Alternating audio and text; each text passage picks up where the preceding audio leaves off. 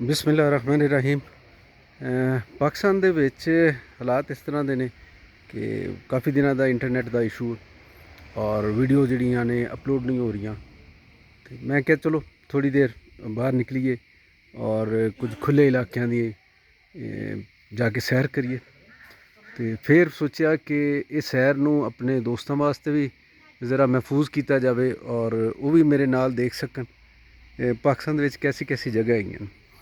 ਇਹ ਖਾਨਸਪੁਰ ਦਾ ਇਲਾਕਾ ਹੈ ਔਰ ਇੱਕ ਰੈਸਟ ਹਾਊਸ ਹੈ। ਇਹਦੇ ਇਰਦ ਗਿਰਦ ਦੇ ਏਰੀਆ ਨੂੰ ਤੁਸੀਂ ਦੇਖੋ, ਇਹ ਦਰਖਤਾਂ ਦੀਆਂ ਚੋਟੀਆਂ, ਇਹਨਾਂ ਦੇ ਉੱਤੇ ਆਈ ਹਰਿਆਲੀ, ਇਸ ਹਰਿਆਲੀ ਦੇ ਸ਼ਦਾਈ ਪੰਛੀ, ਇਹਨਾਂ ਦਰਖਤਾਂ 'ਤੇ ਚੜੀਆਂ ਬੇਲਾਂ, ਇਹ ਫੁੱਲ ਵੇਖੋ, ਇਹ ਵੇਖੋ, ਇਹ ਦੇਖੋ, ਇਹ ਸਾਰਾ ਮੰਜ਼ਰ ਕੀ ਹੈ?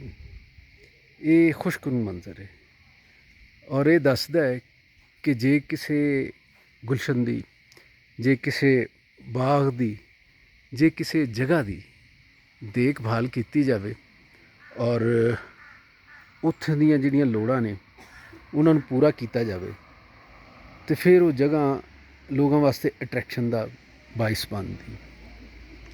ਜਿਹੜੇ ਮੁਲਕ ਹੁੰਦੇ ਨੇ ਉਹ ਵੀ ਗੁਲਸ਼ਨ ਹੁੰਦੇ ਨੇ, ਉਹ ਵੀ ਬਾਗ ਹੁੰਦੇ ਨੇ, ਉਹ ਵੀ ਇਹੋ ਜਿਹੀਆਂ ਖੂਬਸੂਰਤ ਜਗ੍ਹਾ ਹੀ ਹੁੰਦੀਆਂ ਨੇ। ਇਹ ਖੂਬਸੂਰਤ ਜਗ੍ਹਾ ਮਿਲ ਕੇ ਹੀ ਇੱਕ ਮੁਲਕ ਬਣਾਉਂਦੀਆਂ। ਅਤੇ ਮੈਂ ਸੋਚ ਰਿਹਾ ਵਾਂ ਕਿ ਸਾਡੇ ਕੋਲ ਕਿਹੜੀ ਭੁੱਲ ਹੋ ਗਈ ਕਿ ਸਾਡਾ ਮੁਲਕ ਜਿਹੜਾ ਐਡਾ ਸੋਹਣਾ, ਇਹ ਵੇਖੋ ਤੁਸੀਂ, ਇਹ ਦਰਖਤਾਂ ਦੀ ਵੇਖੋ ਖੂਬਸੂਰਤੀ, ਯਾਨੀ ਅੱਖਾਂ ਦੇ ਵਿੱਚ ਖੁੱਭਦੀ ਜਾਂਦੀ ਹਰਿਆਲ। ਔਰ ਇਹਦੇ ਨਾਲ ਸਾਨੂੰ ਇਹ ਪਤਾ ਲੱਗਦਾ ਹੈ ਕਿ ਅਸੀਂ ਸ਼ਹਿਰਾਂ ਦੇ ਵਿੱਚ ਜਿਹੜੀ ਟਾਊਨ ਪਲੈਨਿੰਗ ਕੀਤੀ ਉਹਨੇ ਸਾਡੇ ਵਾਸਤੇ ਜੰਜਾਲ ਬਣਾ ਦਿੱਤਾ। ਔਰ ਜਿਹੜੀਆਂ ਚੀਜ਼ਾਂ ਸਾਡਾ ਐਸਟ ਸੀ, ਨੇਚਰ ਨੇ ਜੋ ਕੁਝ ਸਾਨੂੰ ਦਿੱਤਾ, ਉਹਦੇ ਉੱਤੇ ਸਾਨੂੰ ਉਹਨਾਂ ਕੋਲੋਂ ਦੂਰ ਲੈ ਗਈਆਂ। ਅਤੇ ਇਹ ਜਨਾਬ ਖਾਨਸਪੁਰ ਦਾ ਇਲਾਕਾ ਹੈ ਅਤੇ ਇੱਥੇ ਅਸੀਂ ਕੁਝ ਟਾਈਮ ਗੁਜ਼ਾਰਨ ਵਾਸਤੇ ਆਏ। ਅਤੇ ਮੈਂ ਕਿਹਾ ਇਹ ਵੀਡੀਓ ਜ਼ਰੂਰ ਬਣਨੀ ਚਾਹੀਦੀ ਤਾਂ ਕਿ ਦੋਸਤਾਂ ਨੂੰ ਅੰਦਾਜ਼ਾ ਹੋਵੇ, ਜਿਨ੍ਹਾਂ ਨੂੰ, ਹਾਂ ਬਹੁਤ ਸਾਰੇ ਲੋਕਾਂ ਨੇ ਦੇਖਿਆ ਪਰ ਜਿਨ੍ਹਾਂ ਨੇ ਨਹੀਂ ਵੇਖਿਆ ਉਹ ਵੀ ਵੇਖ ਸਕਣ। ਇਹ ਪਹਾੜ ਨੇ, ਪਹਾੜਾਂ ਦੇ ਪਿੱਛੇ ਇੱਕ ਹੋਰ ਪਹਾੜ, ਉਸ ਤੋਂ ਬਾਅਦ ਫਿਰ ਹੋਰ ਪਹਾੜ। ਜਿੰਨਾ ਤੁਸੀਂ ਲੱਗੇ ਜਾਓਗੇ ਉੱਤੇ, ਉਹ ਤੁਹਾਨੂੰ ਨਵੇਂ ਤੋਂ ਨਵਾਂ ਪਹਾੜ ਨਜ਼ਰ ਆਉਂਦਾ ਜਾਏਗਾ ਔਰ ਹਰ ਪਹਾੜ ਦੇ ਉੱਤੇ ਜਿਹੜਾ ਮੰਜ਼ਰ ਹੈ ਉਹ ਬਦਲਦਾ ਜਾਏਗਾ। ਅਤੇ ਇਹਨਾਂ ਚੀਜ਼ਾਂ ਦੇ ਨਾਲ ਪਾਕਿਸਤਾਨ ਦੀ ਜਿਹੜੀ ਤਨੱਵੁ ਖੂਬਸੂਰਤੀ ਉਹ ਵੀ ਸਾਨੂੰ ਨਜ਼ਰ ਆਉਂਦੀ ਹੈ। ਸੀੜੀਆਂ ਨੇ, ਇਹ ਮੈਂ ਉਤਰਨ ਲੱਗਾ ਅਤੇ ਉਤਰਦੀਆਂ ਸੀੜੀਆਂ ਦੀ ਵਜ੍ਹਾ ਨਾਲ ਇਹ ਤੁਹਾਨੂੰ ਮਹਿਸੂਸ ਹੋਏ। ਇਹ ਵੇਖੋ, ਇਹ ਸੜਕ ਹੈ, ਕਿੰਨੀ ਪੁਰਸਕੂਨ। ਔਰ ਕਾਫੀ ਦੇਰ ਹੋ ਗਈ ਕੋਈ ਚੀਜ਼ ਇੱਥੇ ਟ੍ਰੈਫਿਕ ਵਾਲੀ ਨਹੀਂ ਗੁਜ਼ਰੀ।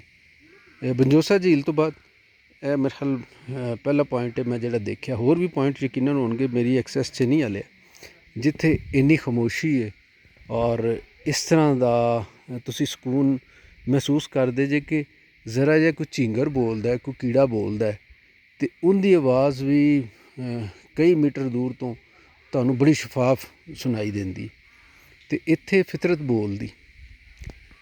ਇਹ ਵੀਡੀਓ ਜਿਹੜੀ ਹੈ ਇਹ ਸਾਡੇ ਟੂਰਿਜ਼ਮ ਦੇ ਸ਼ੌਕੀਨ ਦੋਸਤਾਂ ਵਾਸਤੇ ਔਰ ਟੂਰਿਜ਼ਮ ਨੂੰ ਮਸ਼ਹਦ ਦੇ ਤੌਰ 'ਤੇ ਉੱਭਰਦਾ ਵੇਖਣ ਵਾਸਤੇ ਜਿਹੜੇ ਲੋਕ ਬੇਤਾਬ ਨੇ ਉਹਨਾਂ ਵਾਸਤੇ, ਔਰ ਉਹਨਾਂ ਲੋਕਾਂ ਵਾਸਤੇ ਜਿਹੜੇ ਘਰਾਂ 'ਚ ਬੈਠੇ ਨੇ ਲੇਕਿਨ ਬਾਹਰ ਨਹੀਂ ਜਾ ਸਕਦੇ, ਅਤੇ ਮੈਂ ਉਹਨਾਂ ਵਾਸਤੇ ਬਣਾਈ, ਆਪਣੇ ਦੋਸਤਾਂ ਵਾਸਤੇ, ਆਪਣੇ ਵਿਊਅਰਸ ਵਾਸਤੇ। ਅਤੇ ਜਨਾਬ ਉਮੀਦ ਹੈ ਤੁਹਾਨੂੰ ਇਹ ਵੀਡੀਓ ਪਸੰਦ ਆਏਗੀ ਔਰ ਇਹ ਵੀਡੀਓ ਪਸੰਦ ਤੋਂ ਬਾਅਦ ਤੁਸੀਂ ਕੁਝ ਲਾਈਕ ਵੀ ਕਰ ਦਿਆ ਜੇ, ਸਬਸਕ੍ਰਾਈਬ ਕਰ ਦਿਆ ਜੇ ਅਤੇ ਸਮਝਿਆ ਜੇ ਕਿ ਇਹ ਸਿਆਸੀ ਕੋਈ ਬਹਿਸ ਤਾਂ ਨਹੀਂ ਹੈਗੀ, ਲੇਕਿਨ ਇਹ ਮੰਜ਼ਰ ਦੇ ਪਿੱਛੇ ਵੀ ਕੋਈ ਨਾ ਕੋਈ ਐਸੀ ਗੱਲ ਜ਼ਰੂਰ ਹੈਗੀ ਹੈ ਕਿ ਜਿਹੜੀ ਸਾਨੂੰ ਸਿਆਸਤ ਦੇ ਨਾਲ ਜੋੜ ਦਿੰਦੀ। ਅਤੇ ਵਸਦੇ ਰਹੋ।